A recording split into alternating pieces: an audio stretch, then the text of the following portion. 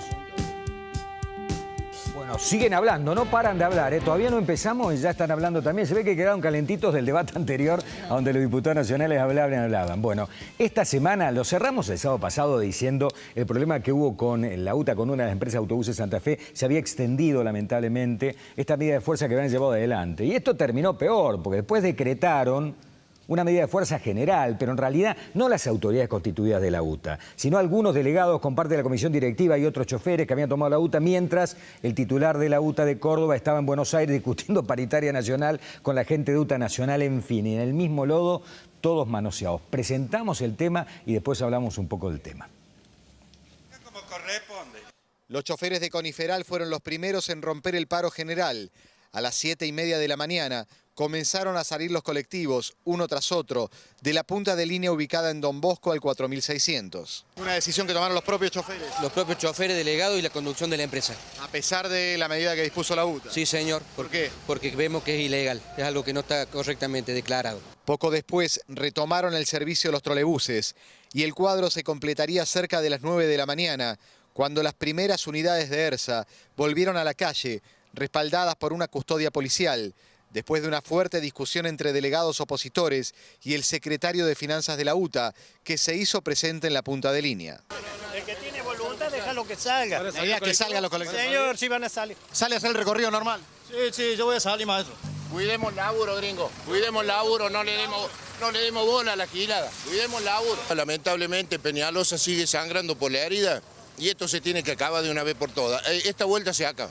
De todas maneras, aquí están saliendo las unidades, compañeros, salgamos a trabajar y démosle ejemplo a esta manga de inútiles que lo único que saben es hacer problemas y no trabajar para la gente, compañeros. En la sesión de hoy del Consejo Deliberante fue aprobado el proyecto de resolución en el cual se impulsa que el transporte urbano sea un servicio esencial. La concejal Laura Sesma aseguró que va a seguir el proyecto ante los legisladores nacionales para que asegure una ley sobre este tema.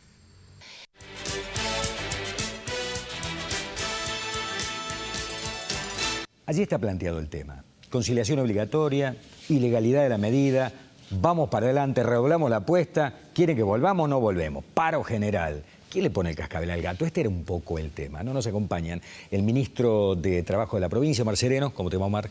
¿Qué tal, Beto? ¿Cómo estás? Un gusto.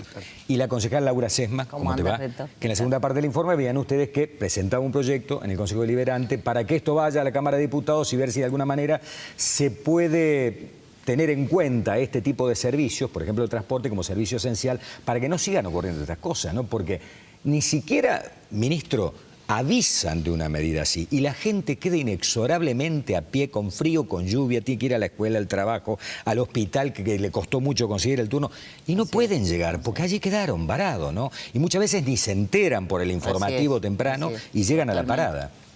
Bueno, lamentablemente eso es así, no obstante que la escasa normativa que por ahí tenemos para gestionar y administrar conflictos de naturaleza colectiva prevén la notificación previa, la realidad demuestra que la sorpresividad del paro en general y especialmente en el sector de transporte produce el efecto negativo que acabas de describir, Beto.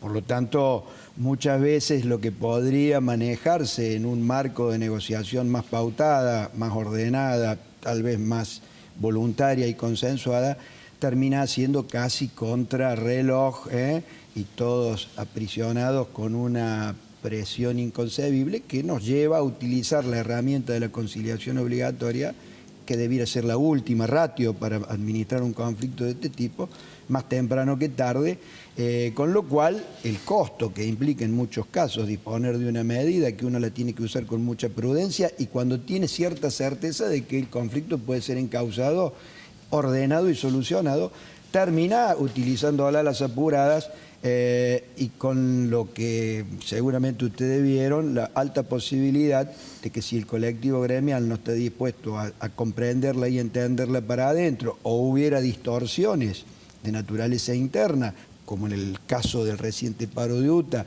donde sin lugar a dudas había un fuerte fraccionamientos y hubo hasta un quiebre gremial. Ahora la interna de la UTA es más vieja que el Torito, ¿no? Sin duda Viene que de sí. épocas remotas. Sin duda que sí. En ese caso, no acatan la conciliación y nos encontramos con medidas mucho más graves, que es la declaración de ilegalidad y las consecuencias que puede generar. Laura, ustedes dijeron vamos a presentar un proyecto. ¿Es posible, esto ya se lo vamos a consultar después de un especialista en el tema, ¿no? Sí, estaba aprendiendo. ¿Es posible arrancar desde acá y llegar a la Cámara de Diputados? No, yo le digo que en el corte aprovechó para hacer lobby con 2 diputados nacionales que estaban acá para empezar a vender la medida. Antes ¿no? de empezar el programa hablaba con Omar. Primero decir que he rescatado en distintos medios el papel del ministro de Trabajo, me parece que fue sumamente correcto, no solo en las acciones, sino en sus declaraciones y demás. Así que bueno, te lo vuelvo a decir ahora, me parece que fue muy, muy importante. A ver, la idea es que el Consejo Deliberante, como un órgano representativo de los vecinos y plural, mi idea es esta resolución que se aprobó el día jueves, lamentablemente solo con los votos de Juntos por Córdoba y de ADN, los 3 bloques que de alguna manera responden al peronismo, no acompañaron. Pero la idea es que el Consejo Deliberante esta resolución la haga llegar a la Cámara de Diputados de la Nación. Existen alrededor de 20 proyectos que declaran el transporte público como servicio esencial. Eso discutíamos con Omar recién. Yo le decía, en última instancia parece una redundancia, porque si uno se pone a ver, servicio público siempre es algo esencial. Es muy difícil. Si vos pensás recolección de basura, como está en Brasil, o todo lo que tiene que ver con agua, luz, transporte. Agua, luz, gas, transporte, seguridad. El tema de seguridad. El tema, como en muchos países, de la educación. Es un servicio público y es esencial, por supuesto.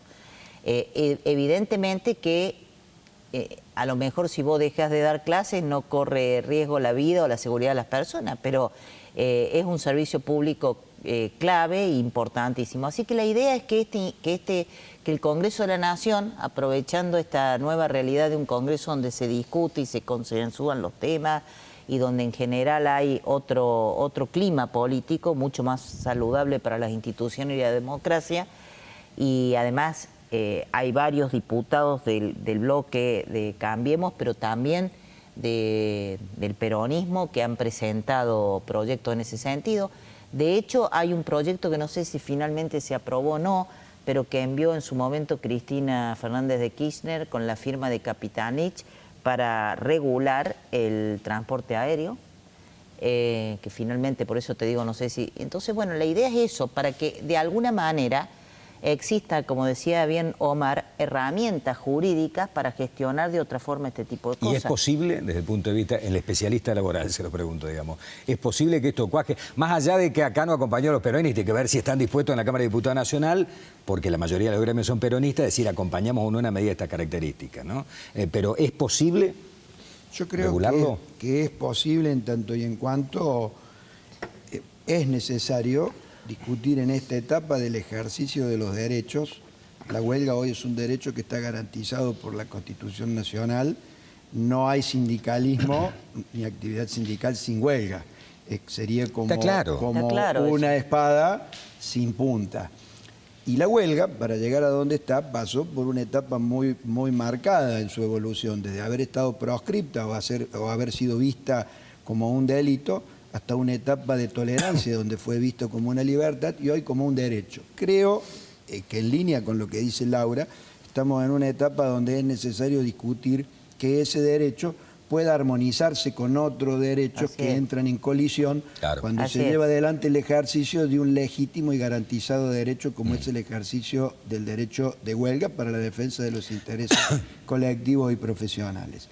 Y no me parece que sea inviable poner en el debate cuál es la extensión que el Estado argentino, a través de la ley y en el ámbito correcto que es el Congreso, cuál es la extensión de la calificación jurídica de servicio esencial, porque para distinguir un poquito el uso metodológico del concepto, debo decir que hay un uso vulgar o genérico que lo podemos utilizar para definir muchas cosas como esenciales, pero en esta materia, estrictamente la calificación de servicio esencial es una categoría jurídica creada por la ley 25.587 y el decreto 27202, que ha definido, siguiendo un lineamiento de OIT, determinados servicios como esenciales y la posibilidad de declaración bajo determinadas circunstancias de otros, de acuerdo a su extensión, duración y afectación. Pero no veo inviable que podamos discutir si esa lista o si ese mecanismo de determinación... Es muy reducida, Omar, esa determinación... lista si uno la compara con las legislaciones de Brasil, de Colombia. Bueno, sí, sin duda es probable. Bueno, no está pero el transporte público, no está el tema de recolección de basura. Pero de todas maneras se ajusta bastante al criterio de OIT, para que la audiencia tenga en claro los servicios que la ley declara esenciales de manera directa. Son los servicios hospitalarios y asistenciales, todo lo que es producción y distribución de agua potable, gas y luz, y todo lo que tenga que ver con el tráfico aéreo, entendido la seguridad aérea, básicamente referido a todos los que tienen el control. Los controladores aéreos. El control de la seguridad de hacer subir o bajar los aviones. En el país de los no radares, ¿no? No hubo una ablación el fin de semana pasado en Córdoba, un corazón se desperdició, estaba todo preparado porque no pudo bajar el avión en Córdoba, ¿no? Es decir, todo lo que pudiera afectar de manera directa la vida, la salud y la seguridad de la población y de las personas. A su vez, hay un mecanismo que la ley prevé, la ley nacional que acabo de hacer referencia, que permite que una comisión de garantías que ha sido creado por la ley determine bajo las circunstancias de un hecho concreto y de una medida concreta en una actividad determinada que por el grado de duración, por el grado de calidad de la medida y de afectación pueda declararse como esencial. En todos los casos, esto no significa la prohibición de ejercer el derecho de huelga, sino de hacerlo de manera tal que se pueda garantizar un mínimo de prestaciones. Un tercio de los colectivos, un tercio de los recorridos salen y el resto no. Y ¿no? el aviso previo. Porque el problema, yo siempre pienso en lo siguiente, ¿no? No solamente el aviso. Detrás de cada uno de los que queda en la parada de colectivo, nosotros que hacemos radio lo vemos, hablamos con la gente. Cuando te llama el tipo de la parada y te dice, acá estoy esperando el colectivo, yo voy a conseguir un turno médico después de 60 días. Entonces, le estás quitando el derecho a la salud a esa persona que había sacado un turno. Y el que tiene una changa, que trabaja en negro. Pasó la semana pasada también con un tipo que había conseguido laburo, iba a su primer día de laburo y no llegó. Llegó tarde a su primer día de laburo. Entonces se está cercenando el derecho de otros. Y la gente ve que hay como una exaltación de la cuestión sindical. Como tenemos poder de fuego en este gremio y dejamos a pie a la gente, vamos a conquistar todo. Después negociamos los días que no laburamos, que no lo paguen. La intervención de la UTA no viene nunca, total. Esas son las cosas que me parece que hay que cambiar. Una cosa, decía muy bien Omar, el origen del derecho de huelga hoy consagrado por la Constitución.